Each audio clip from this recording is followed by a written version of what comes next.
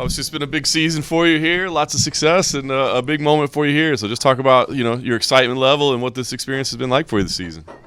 Yeah, it's been cool. The back-to-back, I mean, I've experienced closer, but yeah, the training camps is probably what take the most toll on the body and just the weight cuts. But other than that, I mean, fighting back-to-back is I've experienced that, but I mean. Glad to be here. Glad to be in this position.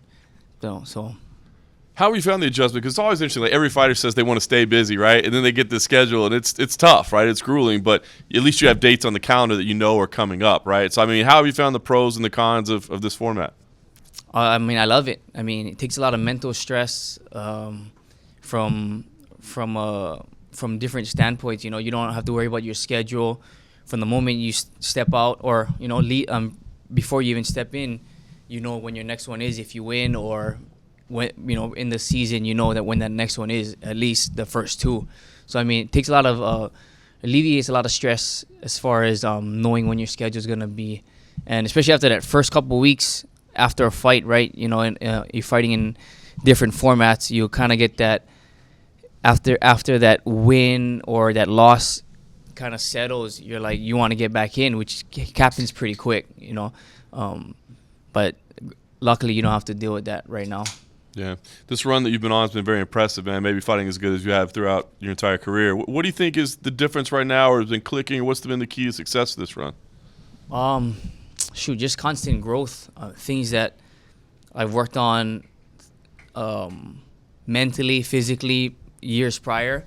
It's coming out now. There's like I had a quick transition with moving to Vegas, and in that period of time, a lot of things happened. A lot of transitions happened with moving, and then taking last minute fights. It probably wasn't the best decisions back then, and then just getting comfortable with the team, and we're here now.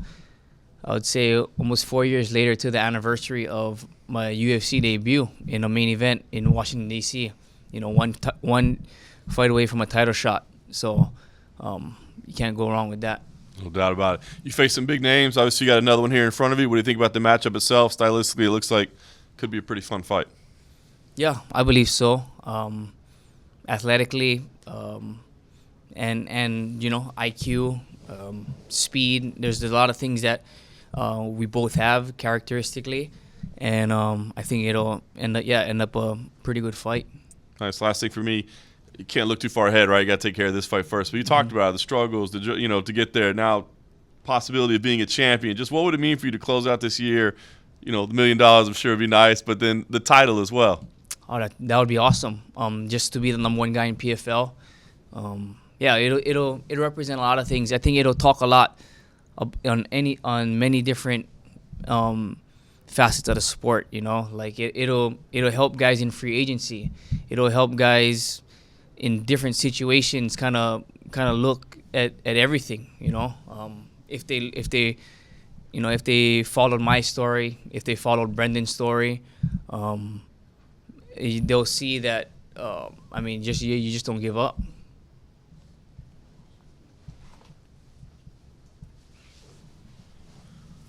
Hey, Kai. You're fighting alongside your cousin Ray Cooper on this card. You guys have shared your journey together, seen everything from start to finish. How does it feel looking back now, knowing that you both are here and you've made it? It's pretty surreal. I think this night, Friday night, this whole week is a dream come true for me. I don't know. I think it would have been a lot cooler for me, at least, that if he was a main event,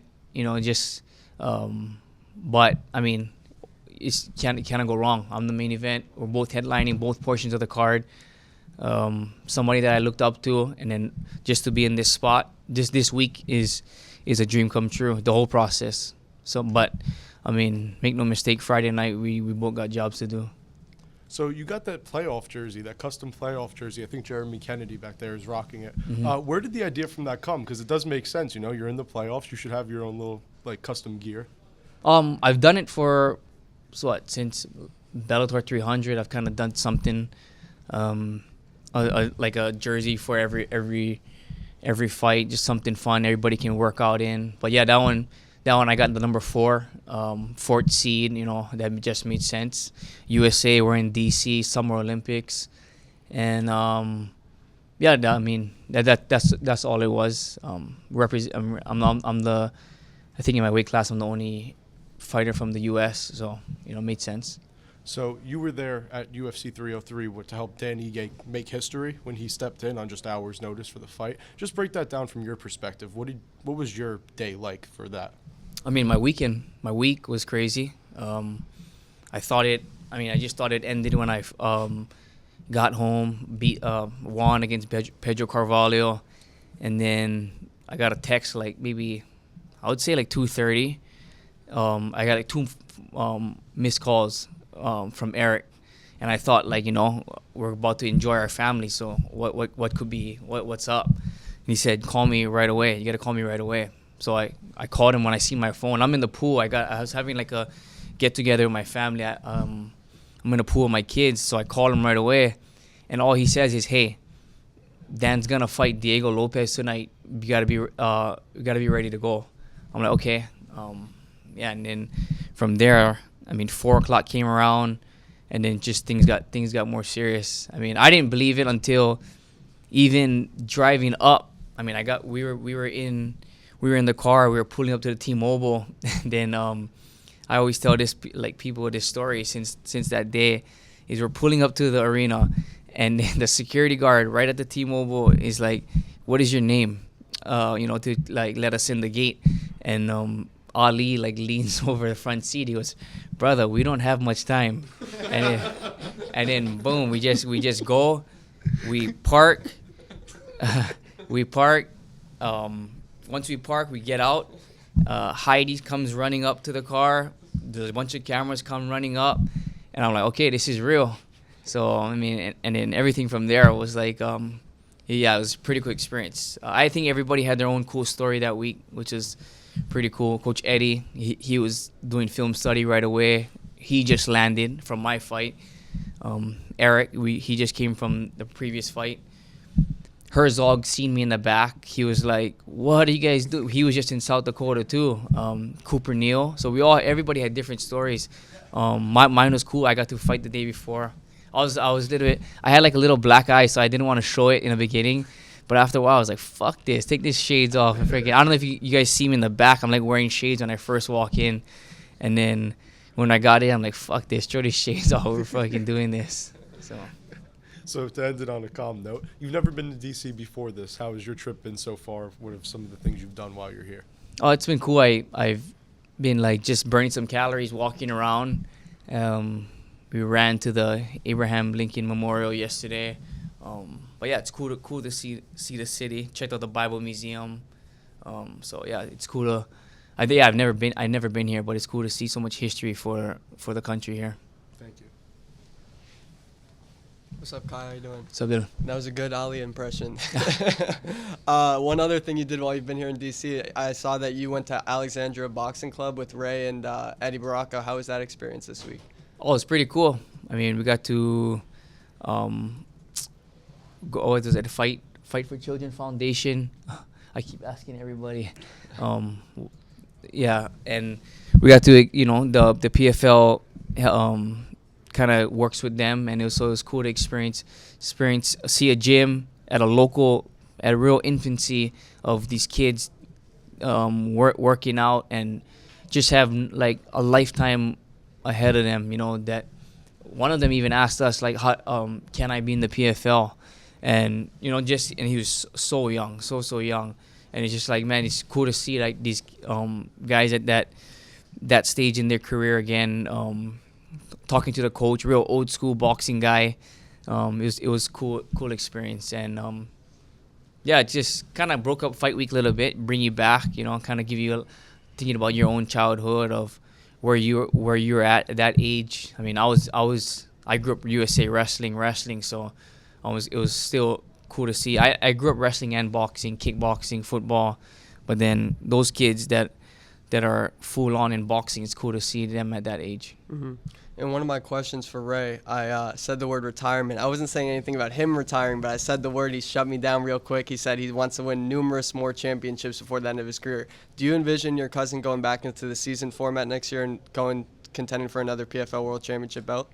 Yeah, I mean, he was kind of debating about going, or he wanted to be in a tournament this year. I guess timing didn't work out with that Jason Jackson fight. And yeah, I do. If there's anybody that would believes that he's one of the top guys in the world, top 5 when he's at his best, it's me. He just the past couple of years, there's a lot of things that happen in our family, in our personal life, and he's had to deal with. So it's the rate that you've been seeing. It wasn't due to a lack of love for fighting. It was just his mind had to be divided. Mm-hmm. There was a lot of uncertainty at first with the merger between Bellator and PFL. Not many people knew what was going on. But now that you've settled in, you're here in D.C. this week fighting for an opportunity to reach the $1 million PFL Featherweight Championship Finals. All things considered, are you happy with the merge and how everything's worked out so far in the last year? I mean, I'm happy the way it worked out for me, because there's a lot of guys that, their careers are uncertain right after the merger. Henry Corrales, the last guy I fought, I think he's no longer signed. We talked in Saudi Arabia prior to his fight, kind of forced him into taking that fight. They asked me to take that fight when I was in Hawaii for 2 weeks. So I mean, it was sticky, it was funky. So it worked out for who it worked out for, and it didn't for other guys. So you just gotta, when that kind of stuff happens, you have to be in a good stint. You have to be doing well, because this sport is can take turns at any time. It moves fast for sure. Shortly after that merger, they did announce the season. They announced the featherweight bracket, and you, of course, saw Brendan Loughnane's name. When you saw his name, is he someone you envisioned fighting, someone you envisioned fighting in the playoffs? And do you feel like he's one of the tougher guys, not only in this division, but in the sport in general? Yeah, I mean, consistently he's been here, right? 5 years? He's won once. So yeah, you want to fight somebody like Brendan Loughnane if you're gonna come to the PFL. That's the guy you want to fight. That's somebody that they push. So if you want that push, you gotta take out Brendan Loughnane. That's somebody that I'm glad that I'm getting to fight him in this run. You don't want to skip a guy like that in the run like this. Speaking of that run, I spoke to Coach James Gifford last week in Florida, and he said you look real dangerous in the gym, better than ever. I know it's a little bit cliche. Everybody says I'm in my prime. This is the best I've ever felt. But is this the best you've ever felt? Are you truly hitting a new stride in recent months? Yeah, I mean, shoot, you're in the gym this long, in a season format, and if you're able to show some growth in that short time with fighting back to back, that's got to be good. But yeah, I've been grinding, man. I've been grinding since since I came onto the scene. I don't think I haven't really left. I've just made gains all the way through, and I've shown different ways to fight.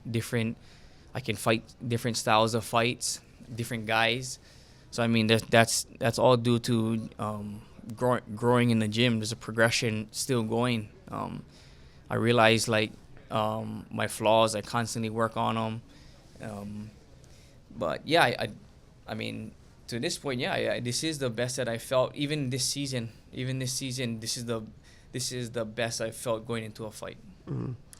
I see JBC, Bellator featherweight behind me. Who else is going to be joining him in your corner? Is it going to be Nixick and Baraka? Yeah. Would you say you feel extremely confident going into war with these people by your side? Yeah, I mean, we've been traveling and beating the guys that we gotta beat consistently. So that, I mean, and we're not a fool of ourselves on the guys that we face. Look at the guys that we face. Look at who they face. You know what I mean? And we're right there, if not beating them. So I mean, yeah, and right after these fights, I mean, we're real critical of ourselves. Right after and then when we get back in the gym Monday, we're constantly going back and forth on what gotta get done, what we did well, but we're not a fool of ourselves. Like, we're in this position for a reason. You know what I mean? Like, a couple fights ago, a lot of people didn't think I was gonna beat Bubba Jenkins. So I mean, yeah, I mean, we're here now, but we knew. Mm-hmm. And that's all that matters, that you guys knew. On the topic of the gym, we've seen a lot of champions coming in and out of Extreme Couture, bringing belts back. Patchy Mix, of course, in Bellator, then Francis Ngannou, UFC heavyweight champion, and then Sean Strickland recently. What would it mean to you to be able to bring back a PFL championship back to your coaches and teammates at XC? It would be crazy.